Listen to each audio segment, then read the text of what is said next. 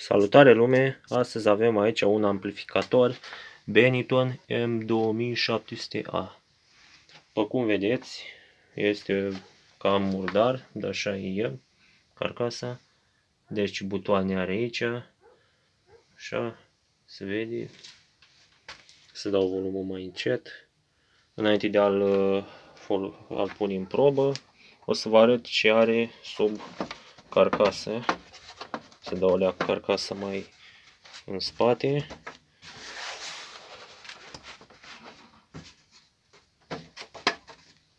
Cred că am să pun o leacă pe pauză. Da, acum o să pot să o ridic. Totul mai rămas, e tare cabla asta pe ea, e tare, tare. Iată. Punem aici rezemat de boxă. Așa. Vă prezint acum interiorul. Transformator 2x35 de volți. Aici este puntea redresoare, condensatori schimbați. Așa, alți condensatori schimbați. Stabilizare 2x24 de volți. Așa, protecție anti-scurt circuit și din întârziere 5 secunde. Protejează și boxele mai mici, dacă dai prea tare să închide ca să nu ți le ardă. Aici avometrele.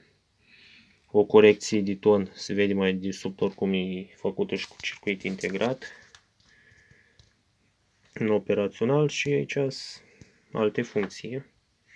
Nu are ventilator, nici nu are nevoie, nu se încălzește prea tare. Are protecție la temperatură înaltă, dacă ajunge la 70 de grade se oprește.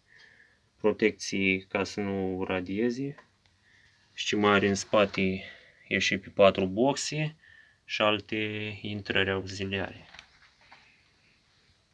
Așa, vedeți că are loudness. Așa ce acum să facem o probă, să redau tot pe acela CD player.